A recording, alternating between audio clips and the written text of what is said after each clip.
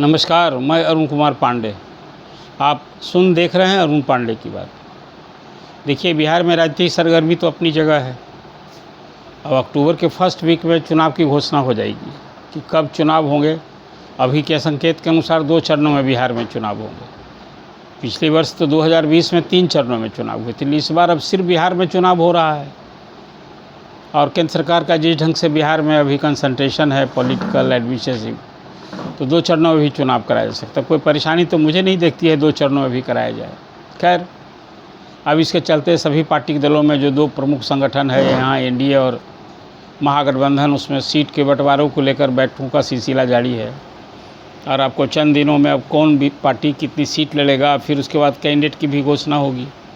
अभी तो एक कैंडिडेट की घोषणा सीट बंटवारा के पहले मुख्यमंत्री नीतीश कुमार ने, जो जदयू के भी अध्यक्ष कर दिया कि बक्सर जिला का जो राजपुर सुरक्षित क्षेत्र है वहाँ से उनके संतोष निराला पूर्व मंत्री हैं, वो कैंडिडेट होंगे। तो इस सीट बंटवारा के पहले कैंडिडेट की भी घोषणा शुरू हो गई है। अब उसी तरह से जन स्वराज पार्टी भी सभी 243 सीट पर चुनाव लड़ने के लिए तैयारी में है। प्रशांत किशोर बदलाव यात्रा में है और उनके यहाँ भी सीट कैंडिडेट तय करने की कार्रवाई बड़ा तेज़ हो गई है। जिला स्तर पर अब वो पूरा सब कंप्लीट हो गया। विधानसभा क्षेत्रवार कैंडिडेट तय होना है। खैर, अभी जो संकेत है कि जन स्वराज 200 सीटों पर तो नया चेहरा, जिसका शैक्षणिक, आर्थिक, जिसको कहते हैं कि चुनाव में ये 3 ताकत बहुत प्रमुख होती है, जाति बल, बाहुबल और धन बल। तो ये सब बल के धनी लोगों को ही चुनना है, सब पार्टी को। तो उसमें 200 सीट पर तो नए चेहरे होंगे जो इस इलाके में चाहे धन दौलत को लेकर, शिक्षा को लेकर, करियर को लेकर जिसकी धाक होगी। ये जन स्वराज की मैं बात कर रहा हूँ। लेकिन खैर, आज मैं आपके लिए चर्चा करने वाला हूँ शिक्षक और छात्रों की समस्या को लेकर। बिहार के शिक्षकों में तो अभी ट्रांसफ़र को लेकर धूम मची है। 5 सितंबर से शुरू हो गया है। मुख्यमंत्री के आदेश के अनुसार शिक्षकों का मनचाहे ज़िले में ऐच्छिक पोस्टिंग, ट्रांसफ़र को लेकर आवेदन लेने शुरू हो गए हैं। ये 5 सितंबर से शुरू हुआ, 13 सितंबर तक। अब 3 जिले के विकल्प के आधार पर ही शिक्षा कोष से आवेदन लिए जा रहे हैं। ये चरण मुझे लगता है कि कोई 2 से 3 लाख, 2.5 लाख से कम शिक्षक इसमें अप्लाई करने वाले लोग नहीं होंगे। आपको तो पहले भी हमने जानकारी दी थी कि जो इस सिद्धार्थ के समय में ऐच्छिक स्थानांतरण की प्रक्रिया हुई थी तो 1,90,000 शिक्षकों ने आवेदन दिया था। लगभग 1,98,000 शिक्षकों का स्थानांतरण उसके तहत हो गया। और म्यूचुअल ट्रांसफ़र का एक दरवाज़ा खोला था इस विद्यार्थी ने, उसमें भी 32,000 शिक्षकों का ट्रांसफ़र हुआ है। और अभी जो 3 जिलों का विकल्प लेकर ट्रांसफ़र लिया जा रहा है, इसमें म्यूचुअल ट्रांसफ़र का जो लोग लाभ उठाएं उनको ये आवेदन देने से वंचित कर दिया है। और जो जानकारी मिली, इसमें Tier 3 वाले को नहीं मिल रहा है, अवसर नहीं मिला है। अभी तो उन लोगों का योगदान और वेतन भी शुरू नहीं हुआ है।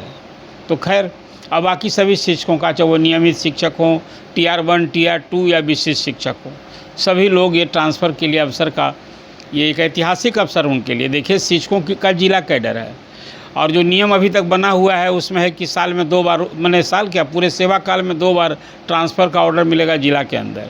वो DO के स्तर से हुआ करेगा। और हेडमास्टर का होगा, प्रमंडल कैडर है तो प्रमंडल में ही 2 बार होगा। लेकिन विशेष परिस्थिति में सरकार उस विशेष परिस्थिति का अवसर का लाभ उठाकर सरकार अभी ट्रांसफ़र पोस्टिंग कर रही है। अब रही बात कि हेड टीचर और हेड मास्टर का, तो हेड टीचर के 5,000 पोस्ट से अधिक खाली रह गए थे। तो अभी हेड टीचर में तो कोई ऑप्शन नहीं दिया है कि आप जो खाली ज़िले में पोस्टिंग के लिए आवेदन दीजिए, लेकिन हेडमास्टर को दिया कि भाई हेडमास्टर जो 1,000 पद खाली रह गए, तो जो खाली पद रह गए हैं वहाँ के लिए वो लोग फिर से 3 जिला का विकल्प लेकर अप्लाई करेंगे और ये अवसर उनको दिया गया है। सब जो कोटिवार सीटें आरक्षित हैं।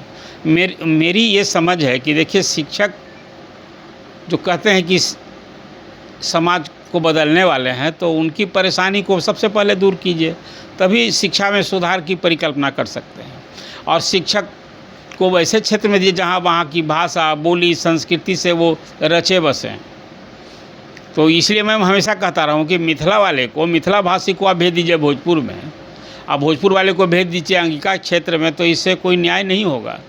पहले छोटे बच्चे, खासकर क्लास 1 to 5 के जो स्कूल हैं, बच्चे हैं, उसे शिक्षक का भाषा बोली संस्कृति के हिसाब से मिलना चाहिए। इसलिए अधिकाधिक उसी क्षेत्र के लोगों को यदि शिक्षक बनाया जाए तो ज़्यादा लाभकारी होगा। तो अभी हेडमास्टर और हेड टीचर भी बाट जोड़ रहे हैं।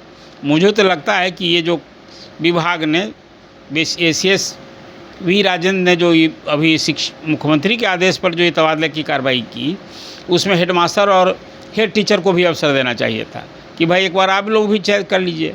पिछली बार जो ये पोस्टिंग हुई उसमें हेडमास्टर का तो हेड टीचर का कर दिया था कि भाई मेरिट कम चॉइस की है, और 2000 से अधिक हेड टीचर का पोस्टिंग हुई एडमिशन को लेकर। इसी के लिए ज़्यादा तबाही और तलाई लोगों को सुनने को मिल रहा है। तो एक बार उनको भी अवसर मिलना चाहिए। अब विभाग इस पर ज़रूर सोचना चाहिए उसको कि हेड टीचर अब जो कुछ मांगे थी उनकी, वो मांग तो अपनी जगह है, चाहे वो वेतन अभी सेवा निरंतरता की मांग हो, वेतन निर्धारण की मांग हो, वेतन भुगतान की मांग हो, शनिवार को हाफ डे किया जाए, ये सब मांग तो अभी अपनी जगह पूरी होनी बाकी है। चुनावी साल में इस सब पर अभी कहाँ विचार हो रहा है, और ये मांग अपनी जगह है। एक अब नई मांग शुरू हो गई है। अभी बहुत दबाव हुआ तो TR 4 की परीक्षा लेने की बात हो गई, तो उसके पहले स्टेट की परीक्षा लेने के लिए आंदोलन हुआ। तो शिक्षा मंत्री ने कहा विचार करेंगे, विचार किया और तय हुआ कि चुनाव के पहले स्टेट की परीक्षा लेंगे। अब बाद में TR 4 और TR की परीक्षा हो, TR 4 की परीक्षा होगी, फिर TR 5। अब तो चुनाव बाद ही होगा, तो TR 4 के बाद TR 5 भी होगा चुनाव बाद। मुख्यमंत्री ने तो कहा था कि भाई TR 4 हो जाएगा और TR 5 जब लेंगे चुनाव बाद 2026 में, तो पहले उसके स्टेट लेंगे। लेकिन अब तो स्टेट की ही परीक्षा सबसे पहले होने जा रही है। ये होना भी चाहिए था, इसकी मांग भी थी। इस मांग के साथ अब एक नई मांग शुरू हो गई है। वो मांग है कि भाई अभ्यर्थियों को 10 साल की छूट दी जाए। ये एक नई मांग शुरू हुई है। अब इसको लेकर भी पूरे बिहार में ये आवाज़ उठने लगी है। इतनी तेज़ से मांग है चुनाव के पहले, मुझे लगता है कि अब छात्र युवक इसको लेकर भी सड़क पर आने की तैयारी में जुट गए हैं। एक हद तक उनकी मांग भी जायज़ है। शिक्षक बहाली को लेकर जो परीक्षाएं होती हैं, चाहे वो टीचर्स ट्रेनिंग वाला परीक्षा हो B.Ed का, या अभी हो, और नहीं तो फिर पात्रता परीक्षा हो, तो दोनों पास करना ज़रूरी ना है। तभी वो शिक्षक बनने के अभ्यर्थी पात्र होते हैं, तब चयन होता है। तो अब ये मांग होगी 10 साल की छूट दीजिए। आपको याद होगा TR 1 के पहले ये छूट दी गई थी, और एग्जामिनेशन बोर्ड ने कहा था कि भाई हम तो हर साल लेंगे परीक्षा 2 बार। हुआ क्या? तो इसके बाद परीक्षा भी नहीं हुई। अब 4 लाख अभी शिक्षक अभ्यर्थी शिक्षक बनने की आस पहले से जो रहे हैं। अब TR 4 में भी कम से कम 1 लाख शिक्षक अभ्यर्थी तो परीक्षा में शरीक होंगे ही, ये जो स्टेट वाली परीक्षा होगी। लेकिन टोटल मांग हो रही है कि 10 साल की छूट दीजिए। जैसा मैंने आपसे कहा कि TR 1 में छूट मिली थी, ये मांग भी जायज़ है। अभी यूपी में तो 60 साल की उम्र तक स्टेट की परीक्षा देने की छूट मिलती है, और केंद्रीय शिक्षक की बहाली में महिलाओं को 10% छूट ही लागू होता है। तो बिहार में क्यों नहीं 10% की छूट? तो जो मांग है उचित मांग है, ये मिलनी चाहिए छात्र जो जॉब सीकर हैं उनके लिए। तो एक मांग, और एक बात तो और नहीं न हो गई है कि TR 4 TR 5 में अब बिहार में डोमिसाइल नीति जो नीतीश कुमार ने लागू करने का डिसीजन लिया चुनाव के पहले ही, बड़ा डिसीजन है। और उसमें कहा कि शिक्षक बहाली में डोमिसाइल लागू करेंगे। 35% जो महिलाओं के लिए सीटें आरक्षित हैं, उसमें तो 100% सभी विभागों में 35% आरक्षण है महिलाओं के लिए। तो वो तो हो गया कि भाई उसमें सब सीटें भरी जाएंगी महिलाओं से ही, सिर्फ महिलाएं ही बहाल होंगी किसी विभाग में जो नियुक्ति होगी। तो और शिक्षक बहाली में भी पुरुषों के लिए आरक्षण लागू हो गया है। ये मांग तो पहले से हो रही थी, इसके लिए भी आंदोलन किया। अंत में फिर सरकार मानी। TR 1 में तो लागू करने का डिसीजन लेने के बाद उसको वापस कर लिया गया था। खैर वो तो अब अतीत की बात हो। उसका लाभ मिला कि 30-35 हज़ार बिहार के बाहर के भी छात्र अपनी मेधा के बल पर यहाँ बिहार में शिक्षक बन गए हैं। ये कोई बुराई भी नहीं थी। अब मेधा जिसके पास हो, और यहाँ जब आरक्षण का लाभ भी उनको नहीं मिला, सब सामान्य सीट पर अपनी प्रतियोगिता मेधा के बल पर वो लोग शिक्षक बने हैं। तो ये बात तो अच्छी रही।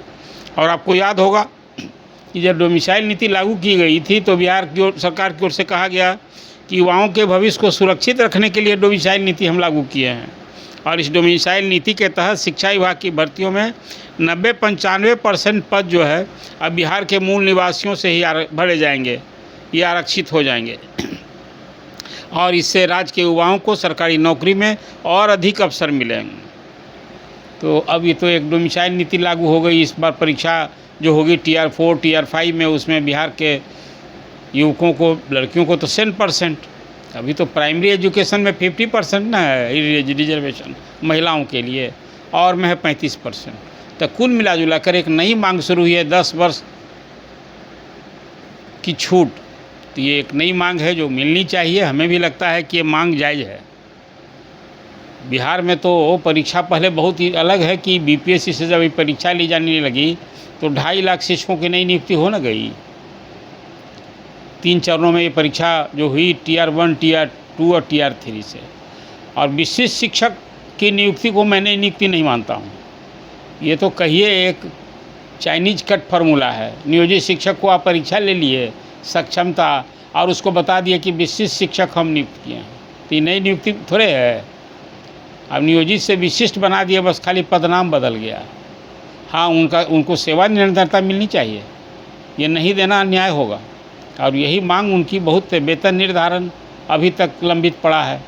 सबको 10,000, 15,000, 8,000 से लेकर 15,000 तक महीने का उन लोगों को आर्थिक क्षति हो रही है। तो ये मांग भी ज़रूरी है। आप शिक्षकों के मनचाहे जिलों में पोस्टिंग जो कार्रवाई शुरू है वो तो कीजिए ही, कि 5 से 13 तक ये होगा। अभी आवेदन लिए जाएंगे और फिर 14 से 18 तक मुख्यालय से तय हो जाएगा जिला, कोई एक जिला 3 जिला में, और जिला से जो जिलाधिकारी अध्यक्षता में जो शिक्षा समिति बनी हुई है वो तबादला स्कूल में तय करेंगे, जिसके DO होते हैं। लेकिन ये सब कुछ होना चाहिए सर्वर से ही, ये सब कंप्यूटर से ही हो तो ज़्यादा अच्छा है। इसमें जहाँ कहीं फिर धंधा दुकानबाजी ना हो जाए। अभी 90,000 शिक्षकों का जो ट्रांसफ़र पोस्टिंग हुआ उसमें तो कोई शिकायत सुनने को नहीं मिली, और न मिली शिकायत म्यूचुअल ट्रांसफ़र में। लेकिन ये जो अभी फिर व्यापक स्तर पर जो होगा, इसमें मुझे लगता है कि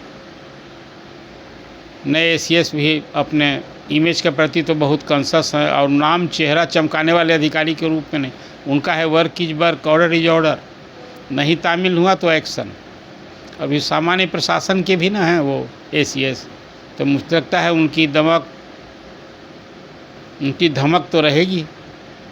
अभी देख लिए, चुनाव के पहले एक बड़ा फैसला होगा जो शिक्षक अपने मनचाहे ज़िले में चले जाएंगे, लेकिन हेड टीचर और हेड मास्टर, उनकी समस्या का भी उसी सर्वोच्च प्राथमिकता से निदान होना चाहिए, ताकि जिस क्षेत्र में वो जहाँ पोस्टिंग हो वहाँ की भाषा, बोली, वहाँ की संस्कृति से भी वो जुड़े रहें, तभी शिक्षा फलदायी होगी, ये मुझे लगता है। तो कुल मिलाजुल के चर्चा कैसी लगी आप कमेंट कीजिए। कोई सवाल है तो ज़रूर कीजिए। अरुण पांडे की बात सब्सक्राइब कीजिए और अपने लोगों के बीच अधिकाधिक सब्सक्राइब कीजिए, शेयर कीजिए। धन्यवाद। अगर आपको ये खबर अच्छी लगी तो चैनल को सब्सक्राइब करना नहीं भूलें और बेल आइकन जरूर दबाएं।